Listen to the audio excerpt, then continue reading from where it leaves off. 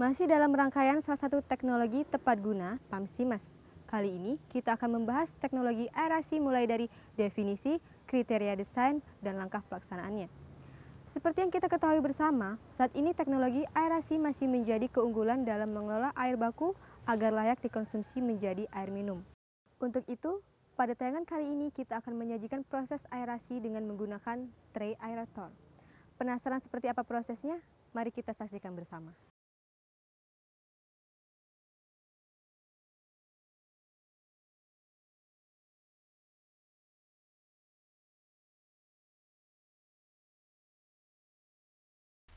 Tray aerator adalah suatu rangkaian baki yang disusun seperti rak atau tray dan dilubangi pada bagian dasarnya.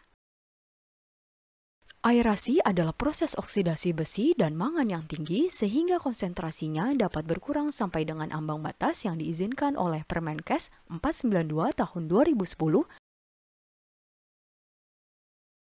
Proses ini memungkinkan air baku untuk berkontak dengan oksigen dalam udara bebas sehingga proses oksidasi dapat terjadi. Cara kerjanya sederhana sekali. Air dijatuhkan dari puncak ke tray di bawahnya di mana dasar tray telah dilubangi dan jatuh lagi ke tray selanjutnya. Air dikumpulkan pada suatu bak pengendap di bagian dasarnya. Hingga proses oksidasi dapat. Tujuan aerasi adalah sebagai proses oksidasi besi dan mangan sehingga bisa konsentrasi dapat berkurang. Sini kita bisa lihat kondisi air AC yang sudah ada, yaitu sini ada tray aerator, ya, bisa kita lihat di sebelah sini. Jadi dilubangi bagian dasarnya. Rak tersebut bisa terbuat dari rangka besi siku dan material lainnya. Air yang ada dari puncak dijatuhkan ke tray yang ada di bawahnya. Jarak antar tray sesuai dengan kadar besi dan mangan yang akan ditambahkan. Terakhir, air dikumpulkan untuk dilanjutkan proses sedimentasi dan filtrasi. Tentunya ada faktor-faktor yang mempengaruhi, di antara lain pengaruh suhu. Suhu dalam air akan mempengaruhi tingkat pencampuran oksigen, tegangan permukaan, dan kekentalan air. Yang kedua, kejenuhan oksigen. Konsentrasi jenuh oksigen dalam air tergantung pada derajat kadar garam air, suhu, tekanan campuran oksigen yang berkontak dengan air langsung. Yang ketiga, karakteristik air, itu juga sangat mempengaruhi. 4, derajat turbulensi.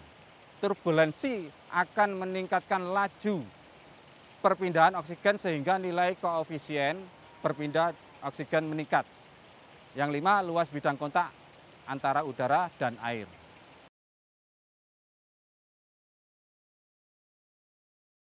Meskipun sederhana, penentuan desain aerasi harus tepat sesuai dengan kriteria agar memperoleh air minum dan yang layak Penentuan dikonsumsi. desain aerasi harus tepat sesuai Kriteria desain tray aerator Meskipun adalah sebagai sederhana, berikut. Pertama, kecepatan harus berada kriteria sekitar desain tray 0,8 hingga adalah 1,5 meter kubik per meter persegi per jam. Pertama, kecepatan harus berada Kedua, sekitar kebutuhan 0,8 udara hingga dalam teknik 1,5 aerasi meter ini kubik juga per hanya meter boleh persegi berkisar di per angka jam. 7,5 meter kubik per Kedua, meter kubik kebutuhan per udara air. dalam teknik aerasi Jangan ini lupa juga hanya perhatikan boleh pula berkisar di jarak angka rak, yaitu antara 30 hingga 75 kebutuhan cm. udara dalam teknik aerasi ini juga Ketiga, hanya boleh berkisar luasnya di angka harus berkisar antara 50 hingga 160 meter persegi per meter kubik per detik. Ketiga, luasnya. Dalam merencanakan tray aerator, perlu dilakukan perhitungan penyisihan konsentrasi karbon dioksida untuk mengetahui jumlah konsentrasi besi yang telah tersisihkan menggunakan persamaan sebagai berikut. Pertama, hitung jumlah removal karbon dioksida dengan menggunakan rumus sebagai berikut. Ketiga, luasnya. Dalam merencanakan tray aerator, perlu dilakukan konsentrasi karbon dioksida untuk mengetahui. Berdasarkan hasil reaksi tersebut, FeOH3 terbentuk akibat oksidasi. Fungsi oksigen akan merubah besi terlarut Fe2+ menjadi besi yang tidak terlarut Fe3+. Proses yang terjadi pada aerasi dapat menghilangkan sebagian karbon dioksida dan akan meningkatkan pH dalam larutan, sehingga dapat membantu proses pengendapan besi. Pada tabel perhitungan di atas, diketahui semakin banyak konsentrasi karbon dioksida yang menurun, maka akan semakin optimal proses pengedapan besi sehingga efisiensi penurunan kadar besi dapat optimal pada tray ke-7. Semakin lama waktu kontak air dengan udara pada aerator, maka konsentrasi besi semakin kecil, dan ketinggian dari tiap tray akan berhubungan dengan waktu kontak antara larutan dengan tray. Pada tabel perhitungan di atas, setelah mendapatkan nilai konsentrasi yang akhir, selanjutnya hitung luas lubang total tray dengan menggunakan rumus luas lubang tray sama dengan luas tray lubang kali debit sama dengan jumlah meter persegi.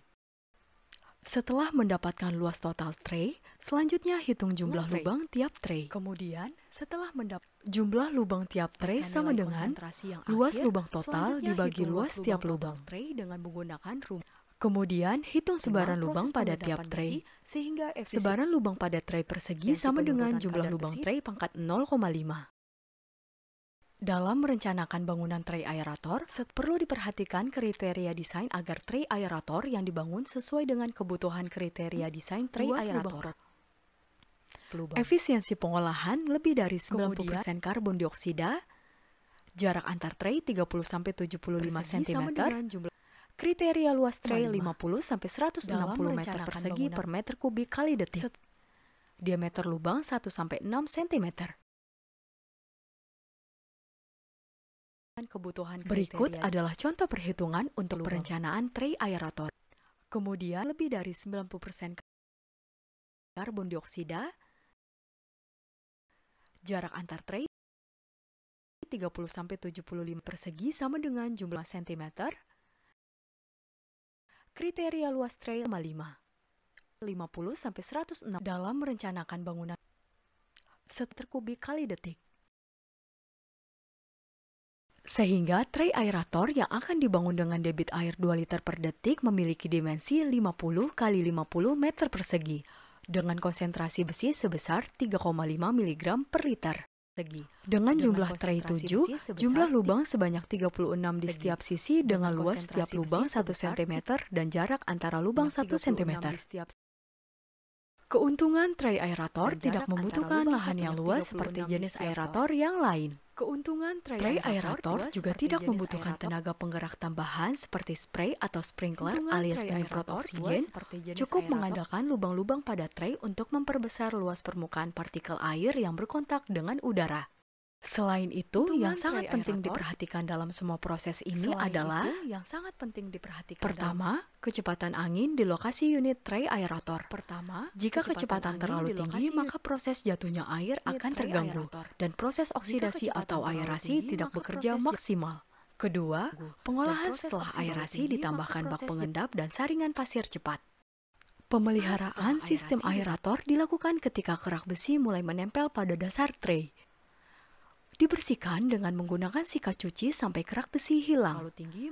Pemeliharaan ini dilakukan sekitar 3 bulan sekali. Selain dapat menurunkan kadar besi dan mangan dalam air, teknologi aerasi dipercaya mampu membuat air menjadi lebih bersih dan higienis. Demikian tayangan video tutorial aerasi kali ini. Jangan lupa saksikan juga video tutorial lainnya dan sampai jumpa. Salam PAMSIMAS. Sekitar 3 bulan sekali.